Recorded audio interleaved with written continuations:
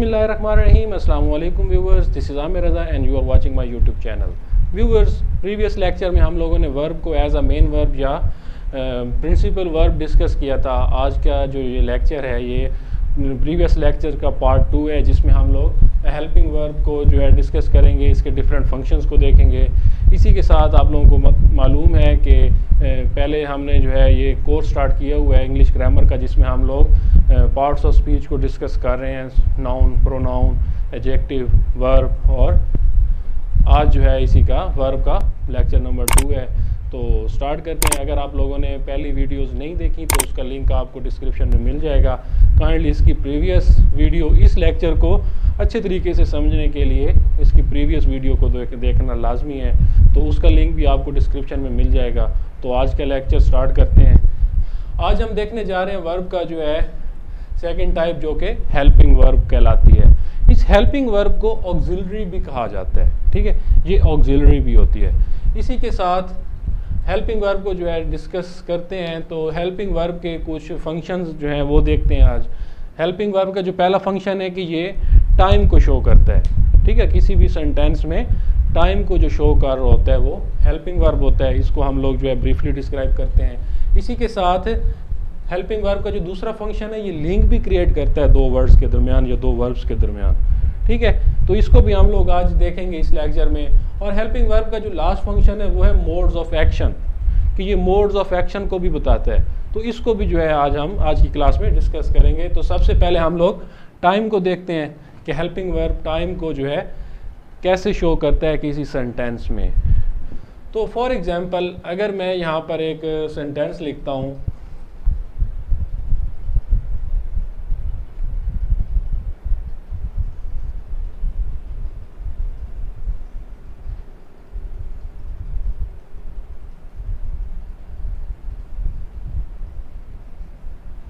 मैंने एक सेंटेंस लिखा है, दे नॉट ईट फूड. ठीक है, अब हम देख रहे हैं कि ये जो हेल्पिंग वर्ब है ये टाइम को जो है कैसे जो है शो करता है. तो टाइम कितनी किस्म का होता है, हर किसी को पता है. 3 टाइप्स होती हैं टाइम की. कौन कौन सी? एक तो टाइम होता है प्रेजेंट, एक टाइम होता है पास्ट, और एक टाइम होता है फ्यूचर. 3 किस्म का टाइम होता है.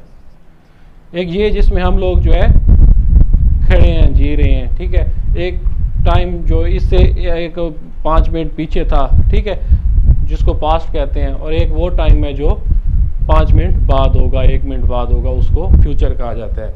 तो हेल्पिंग वर्ब का जो पहला फंक्शन है कि ये एस्पेक्ट्स ऑफ टाइम को शो करता है. एस्पेक्ट्स ऑफ टाइम को कैसे शो करता है? अब इस सेंटेंस को अगर आप देखें तो आप देख रहे हैं यहाँ पर के जो मेन वर्ब है उसकी फर्स्ट फॉर्म यहाँ पर जो है इस्तेमाल की गई है.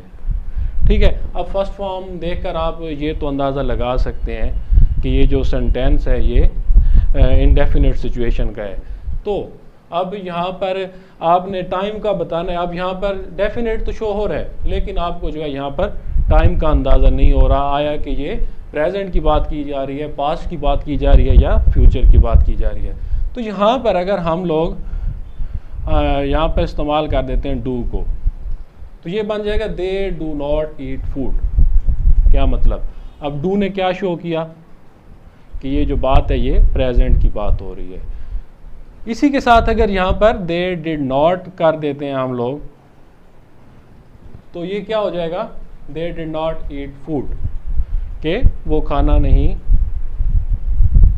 खाते थे, या पास्ट की यहाँ पर मतलब ये जो डिड है हमारा, ये हमें यहाँ पर एस्पेक्ट्स ऑफ टाइम में से पास्ट का बता रहा है कि ये जो सेंटेंस है, ये जो बात की जा रही है, ये पास्ट की बात की जा रही है. और डिड की जगह अगर यहाँ पर हम शैल लगा देते हैं, दे शैल नॉट ईट फूड, तो ये क्या बन जाएगा कि वो खाना नहीं खाएंगे. मतलब यहाँ पर जो आपका हेल्पिंग वर्ब है वो फ्यूचर का टाइम शो कर रहा है. इसी तरह अगर एक और सेंटेंस मैं यहाँ पर लिखता हूँ,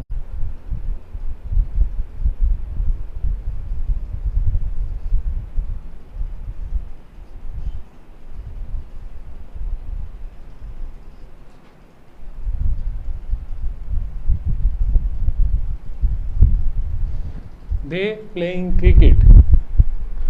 ठीक है। अब यहाँ पर जो है आप देख रहे हैं कि ये जो है प्रेजेंट पार्टिसिपल की जो है यहाँ पर जो है बात की गई है, वर्ब की जो जिसको हम लोग नाम देते हैं चौथी फॉर्म का, जिसको जो है अक्सर आप लोग सुनते हैं कि वर्ब की पहली फॉर्म के साथ आईएनजी का इजाफा। ठीक है, ये आईएनजी का इजाफा नहीं है बल्कि ये अलग से एक फॉर्म है। तो बात चल रही थी टाइम की, एस्पेक्ट्स ऑफ टाइम के, हेल्पिंग वर्ब जो है एस्पेक्ट्स ऑफ टाइम हमें बताता है। अब यहाँ पर हमें टाइम कोई शो नहीं हो रहा, नहीं पता चल रहा कि वो जो क्रिकेट खेल रहे थे प्रेजेंट में खेल रहे हैं, ठीक है, या पास्ट में खेल रहे थे या फ्यूचर में जो है खेलने वाले हैं। तो यहाँ पर हमें हेल्पिंग वर्ब ही बताएगा कि यहाँ पर किस टाइम की बात हो रही है। अगर यहाँ पर मैं लिख देता हूँ दे आर प्लेइंग क्रिकेट, तो अब यहाँ पर जो हमारा ये है ऑक्सिलरी है, हमारा हेल्पिंग वर्ब है, ये हमें बता रहा है कि आर जो है प्रेजेंट को शो करता है। तो यहाँ पर जो है प्रेजेंट की बात की जा रही है और ये प्रेजेंट का कौन सा दौर है, कंटिन्यूअस का दौर है। इसी तरह अगर यहाँ पर वर लगा दिया जाए, अब आपको जो है क्या शो हो रहा है कि दे वर प्लेइंग क्रिकेट। अब जो है हमारा सेंटेंस पास्ट के मीनिंग दे रहा है कि वो जो है पास्ट में क्रिकेट खेल रहे थे। तो यहाँ पर हम लोग जो है पास्ट की बात कर रहे हैं। तो यहाँ पर जो है हेल्पिंग वर्ब ऑक्सिलरी, ठीक है, आर और वर, ये भी टाइम को शो कर रहा है। और यहाँ पर डू, डिड और शेल, ये भी as an auxiliary verb, helping verb, aspects of time का जो है हमें बता रहे हैं। वर्ब का जो नेक्स्ट फंक्शन है वो है लिंक, कि ये दो वर्ब्स को लिंक करता है। तो देखते हैं कि ये वर्ब्स को जो है दो को कैसे लिंक करता है। यहाँ पर अगर मैं आपको कहूँ कि मुझे एक फ्यूचर परफेक्ट टेंस का जो है सेंटेंस एक बनाकर दिखाएं,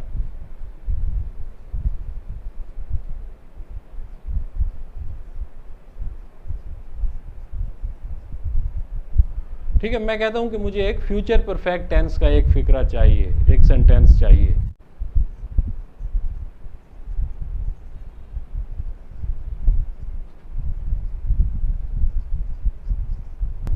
ठीक है, मैंने एक सेंटेंस बनाया है कि they will gone to school. ठीक है, अब शो फ्यूचर को जो है विल शो कर रहा है और परफेक्ट को थर्ड फॉर्म जो है ये शो कर रही है। तो इस लिहाज से तो हमारा जो सेंटेंस है ये बिल्कुल कंप्लीट है, लेकिन ग्रामेटिकली गलत है। क्यों? क्योंकि आप सब लोग जानते हैं कि विल और जो शेल होते हैं, ठीक है, विल शेल, इसके साथ हमेशा वर्ब की पहली फॉर्म ही इस्तेमाल होती है। क्यों? क्योंकि ये मॉडल ऑक्सिलरीज हैं। ठीक है, मॉडल ऑक्सिलरीज जितनी भी होती हैं उनमें हमेशा वर्ब की पहली फॉर्म इस्तेमाल होती है। लेकिन यहाँ पर तो आप देख रहे हैं कि ये जो गॉन है ये तो वर्ब की जो है थर्ड फॉर्म को शो कर रहा है। तो सेंटेंस तो हमारा ग्रामेटिकली गलत है। अब हमें इसमें एक लिंक चाहिए। ठीक है, हमें एक ऐसा वर्ड चाहिए जो विल और गॉन दोनों को मिला दे, कि विल के लिए वो जो है पहली फॉर्म का दर्जा रखता हो ताकि हमारा जो ये सेंटेंस है ये ठीक हो सके, और ऐसा वर्ड जो विल के लिए पहली फॉर्म का दर्जा रखता हो और उसके साथ जो है थर्ड फॉर्म भी इस्तेमाल होती हो। तो आप सबको पता है कि जो वर्ब की थर्ड फॉर्म होती है वो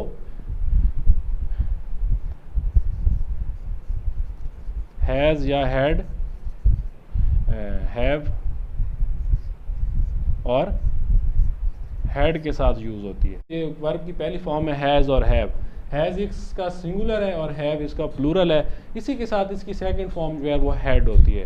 ठीक है, इन दोनों के साथ हमारी थर्ड फॉर्म हमेशा जो है इस्तेमाल होती है। इसके अलावा एक्टिव वॉइस में किसी के साथ इस्तेमाल नहीं होती। तो यहाँ पर हमें जो विल है, ठीक है, हमें पता है कि ये मॉडल ऑक्सिलरीज हैं और इनके साथ पहली फॉर्म ही इस्तेमाल होती है। तो यहाँ से हम जो है एक फॉर्म उठाते हैं, ही विल हैव। ठीक है, अब क्या हो गया, हमें जो है पहली फॉर्म चाहिए थी जो कि विल और शेल के साथ लाजमी है। तो हमने यहाँ से हैव उठाया और यहाँ पर लगा दिया। अब इस हैव ने क्या काम किया है, इस हैव ने इसके साथ और इधर से इसके साथ इन दोनों को मिला दिया है। अब इस जो है सेंटेंस में तकरीबन 3 वर्ब्स इस्तेमाल हो रही हैं। कौन कौन सी? एक ये वर्ब है विल, सेकंड वर्ब हैव है, और थर्ड जो है गॉन है। अब विल जो है इसको हम लोग कहते हैं primary auxiliary.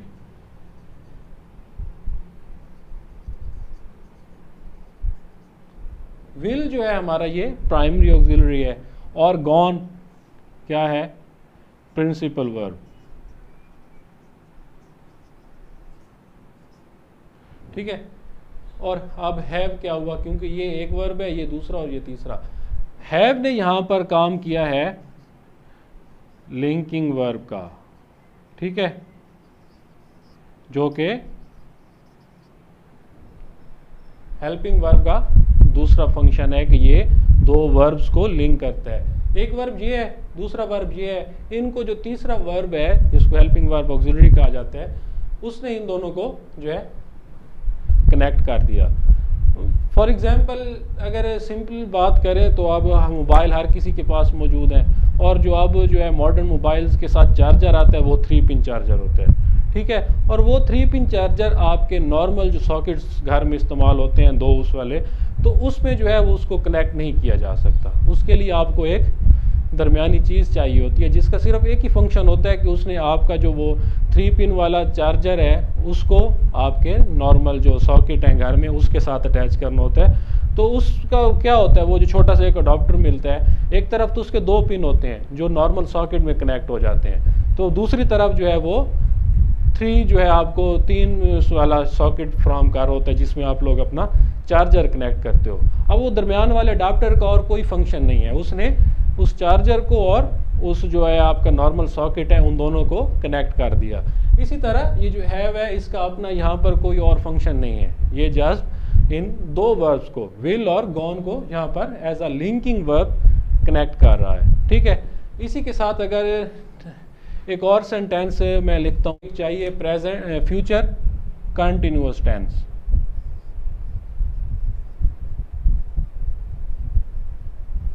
Future continuous tense मैं कहता हूँ कि मैं यहाँ पर जो है बनाना चाह रहा हूँ। ये इस लिंकिंग वर्ब की सेकंड जो है एग्जांपल मैं यहाँ पर लिख रहा हूँ। तो सिंपली हम लोग लिख देते हैं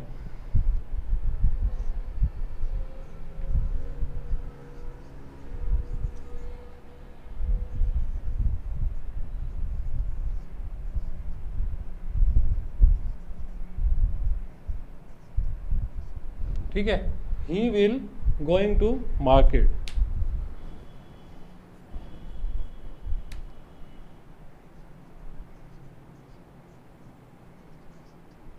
he will going to market.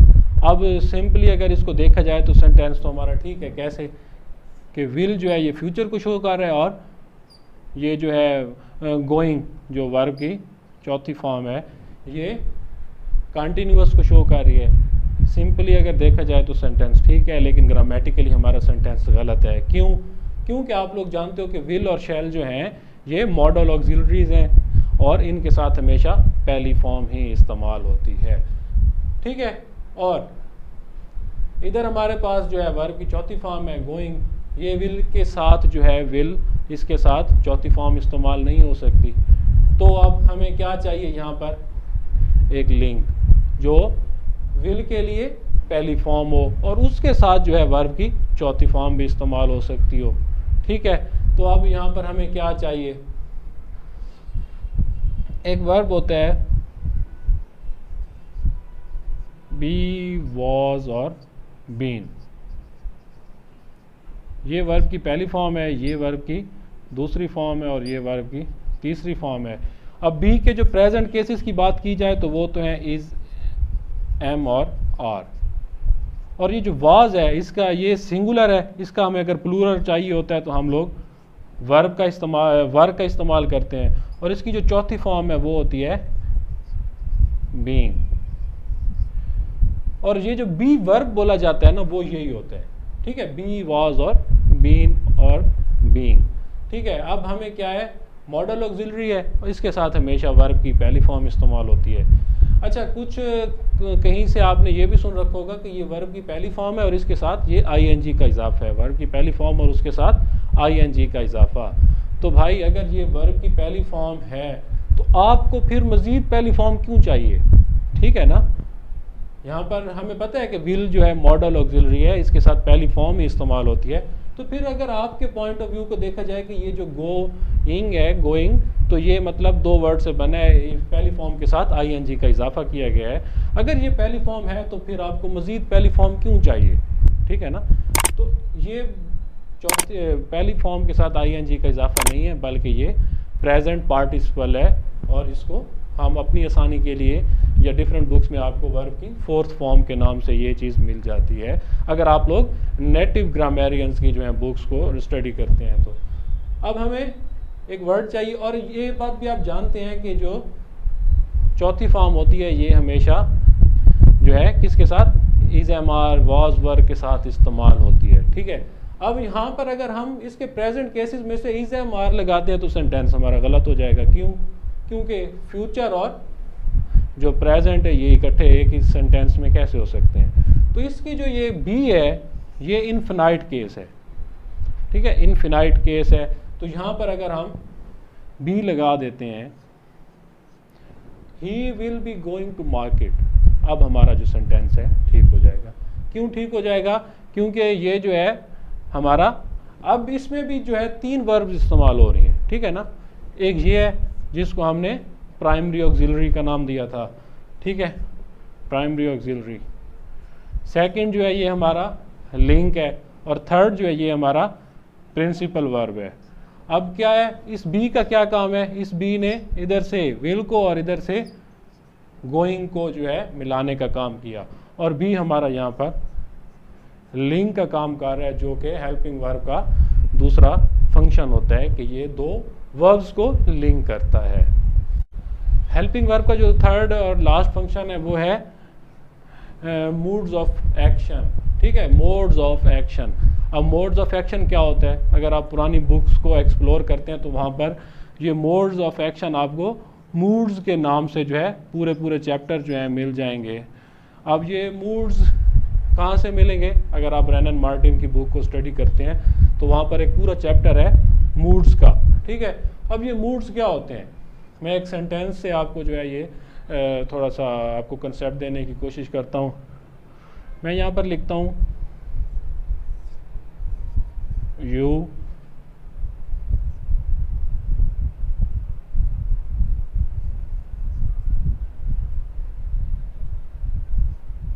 Eat an apple, you eat an apple, ठीक है। अब यहाँ पर जो है मूड्स का आपको यहाँ से समझ आएगी मोड्स ऑफ एक्शन क्या होता है। अगर मैं यहाँ पर शुड लिख देता हूँ, ये क्या बन गया, you should eat an apple, क्या मतलब आपको जो है एक सेब खाना चाहिए। इसी के साथ अगर मैं यहाँ पर you must eat an apple कर देता हूँ, अब यहाँ पर क्या है, आपको जो है लाजमी खाना है, ऑब्लिगेटरी बन गया आपके लिए कि आपने एक सेब खाना है। इसी के साथ अगर मैं यहाँ पर कैन लिख देता हूँ, कैन है यहाँ पर बन गया you can eat an apple, क्या मतलब आपकी एबिलिटी की बात की जा रही है, ठीक है, कि आप जो है ये इस काबिल हैं कि आप जो है सेब एक खा सकते हैं। इसी के साथ अगर मैं यहाँ पर लिख देता हूँ you may eat an apple, अब यहाँ पर जो है मे परमिशन के लिए भी इस्तेमाल होता है, पॉसिबिलिटी के लिए भी इस्तेमाल होता है। तो यहाँ पर ये बन गया कि आप जो है मतलब आप जो है सेब खा सकते हो, आपको खाने की इजाज़त है, या मतलब पॉसिबिलिटी को जो है यहाँ पर शो किया जा रहा है। तो यहाँ पर अगर बात की जाए कैन की, तो कैन आपको जो है ये एबिलिटी को शो कर रहा है, ठीक है। और शुड हमारा किस चीज़ को शो कर रहा है, you should eat an apple, कि आपको जो है एक सेब खाना चाहिए, ठीक है। तो यहाँ पर ये एडवाइस इसको जो है शो कर रहा है कि यहाँ पर जो मोड है वो है एडवाइस है, ठीक है। और ये जो है you must eat an apple, अब ये मस्ट किस चीज़ को शो कर रहा है, ऑर्डर को या ऑब्लिगेशन को। यहाँ पर आपके लिए ऑब्लिगेटरी हो गया है कि आपने जो है सेब खाना है। इसी तरह मे जो है यहाँ पर you may eat an apple, अब मे यहाँ पर पॉसिबिलिटी को शो कर रहा है, ठीक है, या इसको पॉसिबिलिटी या परमिशन, में जो है हमारा यहाँ पर पॉसिबिलिटी या परमिशन को शो कर रहा है कि आप जो है सेब खा सकते हो। इसी तरह ये हमारे जो है ये सारे जो कैन, शुड, मस्ट और मे हमने यूज़ किया है, ये सारे के सारे मोड्स ऑफ एक्शन हैं, ठीक है। ये मूड्स ऑफ एक्शन मतलब पुरानी बुक्स में मूड्स और नई जो मॉडर्न बुक्स हैं उनमें मोड्स ऑफ एक्शन के नाम से ये आपको मिल जाता है। यहाँ पर ये हमारे कैन, शुड, मस्ट, मे जो हैं ये हमारे मॉडल ऑक्सिलरीज हैं, ठीक है। मॉडल ऑक्सिलरीज जो होती हैं जो सेंटेंसेस में यूज़ होती हैं उनको मूड्स या मोड्स ऑफ एक्शन का नाम दिया जाता है। अब मॉडल ऑक्सिलरीज बहुत सारी हैं, ठीक है। इसमें कौन कौन सी आ जाती हैं? कैन, कुड, शुड, विल, ठीक है, ought to, इसके साथ मे,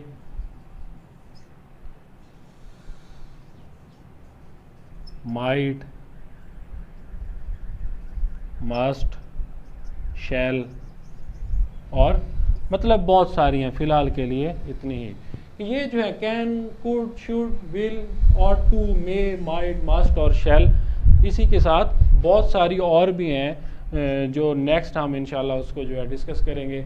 ये सारी की सारी हमारी मॉडल ऑक्सिलरीज हैं। और मॉडल ऑक्सिलरीज क्या मतलब? इनके साथ हमेशा पहली फॉर्म इस्तेमाल होती है और इन्हीं को ही मोड्स ऑफ एक्शन कहा जाता है और पुरानी बुक्स में इन्हीं का ही नाम जो है वो मूड्स है, ठीक है। आई होप कि आज का जो लेक्चर है ये आपको जो है अच्छे तरीके से समझ आ गई होगी।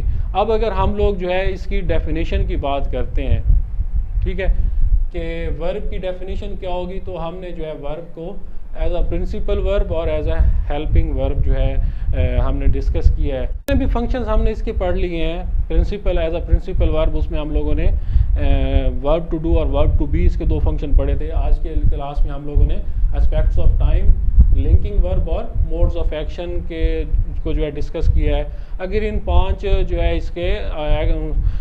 इसके जो है फंक्शंस इनको जो है कंबाइन किया जाए तो हमारे पास एक डेफिनेशन बन जाती है। कि आज का जो लेक्चर है आप लोगों को समझ आ गया होगा। अगर आप लोगों की कोई क्वेरीज, क्वेश्चंस वगैरह हैं तो वो कमेंट सेक्शन में आप मुझसे पूछ सकते हैं। मज़ीद लाइक कीजिए, शेयर कीजिए और सब्सक्राइब कीजिए। तो इंशाल्लाह मिलते हैं नेक्स्ट क्लास में, उसमें हम लोग जो है एडवर्ब को जो है डिस्कस करेंगे। तो तब तक के लिए अल्लाह हाफिज़।